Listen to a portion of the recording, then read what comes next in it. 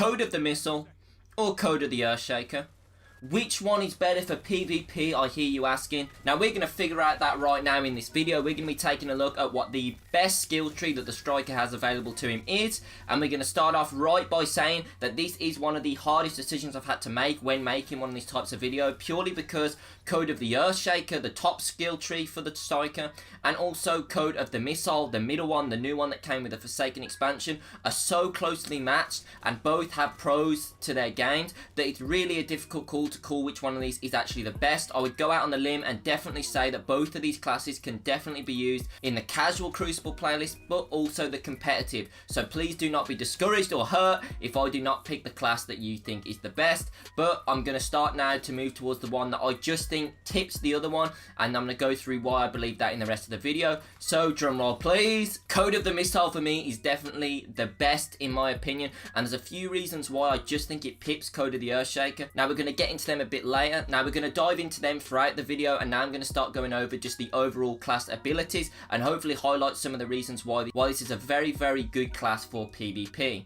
First things off, the new super, Thundercrash. Hurtle through the air like a missile and crash into enemies to inflict meteoric damage, and my by god do you. Now I just want to say Thundercrash is definitely one of the funnest supers to use on this game by a long shot. If you guys have not played this class and are thinking about it, just do it purely for the fact that this super is so funny to use. Now you can basically be so far away from your enemies when you pop this. If you're in the air, you can cover some ridiculous distances. Now some of the clips in the background, I'm going to show you how ambitious I kind of got. Now you are sometimes going to fall short and get absolutely blouched by the enemies, but it's a very fun super to use. But don't let that lead you astray. This is also a very, very deadly super, and the reason for this is, yes, it's not roaming, so you can't pick up that many kills with it, but when you're getting into the higher levels of Crucible play, a lot of supers are used as counter supers, or just to secure a heavy ammo, or just to secure a kill. And to do that, you want to make sure that you have a super that is very, very difficult to read and very difficult to counter once it's been popped.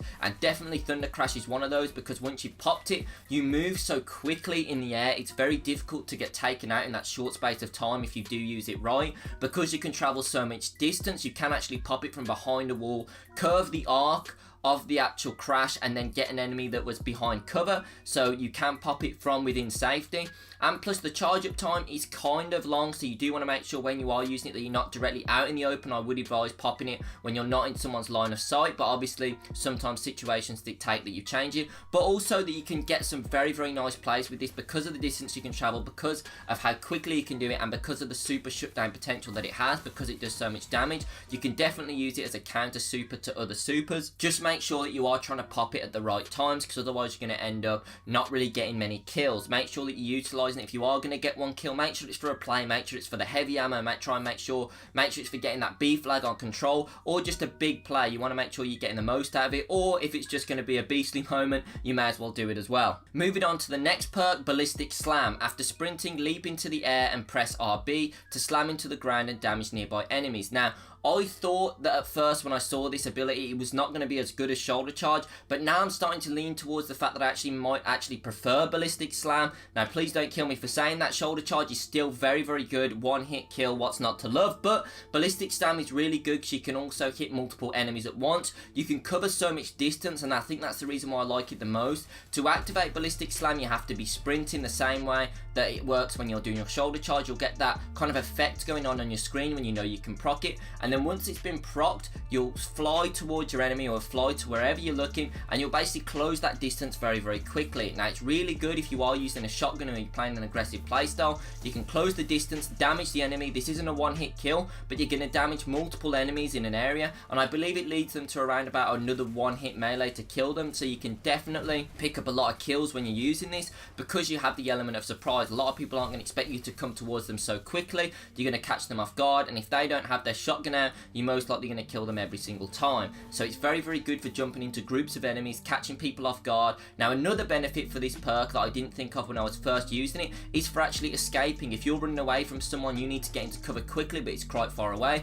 This can sometimes save your skin. If you are sprinting, you can sometimes dive that distance and get into cover. Not something that's going to come off all the time, but something that can be quite useful if you do master the class. Now Inertia Override, another reason why this class I think just pips the Code Code of the Earthshaker. Picking up ammo during a slide reloads your equipped weapon and increases weapon damage for a short time.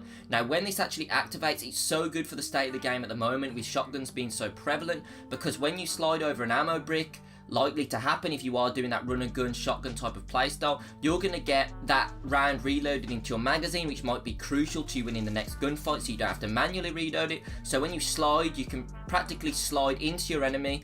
Now you've got it loaded in the shotgun, you're ready to fire it, and also it's going to increase the weapon damage, so it's not only going to reload that bullet for you, but it's going to make that shotgun bullet even more lethal for the next person that you're going to be shooting. But it doesn't stop there. This doesn't just work for shotguns like the slide shot perk. This works for all weapons. You can be using your Luna's Howl, your Duke, you can be using any type of weapon, and this is going to give you bonus damage on the next shot once you've slid over your ammo brick. So please utilize this perk. I think it's very, very good. It does take a little bit of getting used to know when to slide over the bullet, because if someone's not around you yet, you might not actually want to slide over that ammo brick. But if you see someone's coming around the corner, you might think, now's my chance, let me quickly slide over the brick and give me the advantage in the next gun sight. So definitely Inertia Override, definitely a very, very good perk for the higher level of play. Impact Conversion gains super energy from hitting enemies with Ballistic Slam. Now another benefit to Ballistic Slam, obviously the more enemies that you're going to hit, the more you're going to get towards your super, and they just chain together very nicely. So using Ballistic Slam, you don't want to be too crazy and going into too many enemies, but you're obviously going to want to use it aggressively. It's an aggressive ability, so banging into multiple enemies, sometimes you're going to be able to pull it off, but I definitely say 2 enemies you can take out quite easily if you do use it in the right way. So it's just a nice synergy perk. Let's take a look at some of the best exotics available for this class. Obviously the ACD Feedback Fence,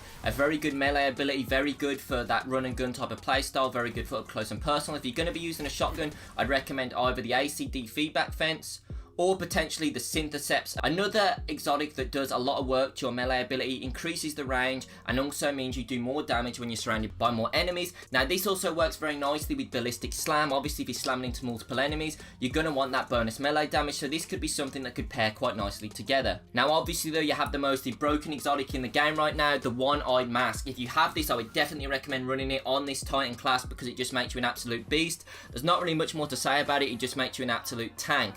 But I am going to say that I believe the Code of the Missile is definitely the best subclass at the moment for them high level of play. You can definitely get away with using Code of the Earthshaker because it's definitely a very, very good class overall. I just think Code of the Missile tips it. But if you guys disagree with me or want to know my opinion on any other classes, please check out some of my other videos. If you did like this video, please consider leaving a like on it and consider subscribing if you want to see more content on my channel like this. I'd like to thank you all very much for watching this video, guys, and have a great day.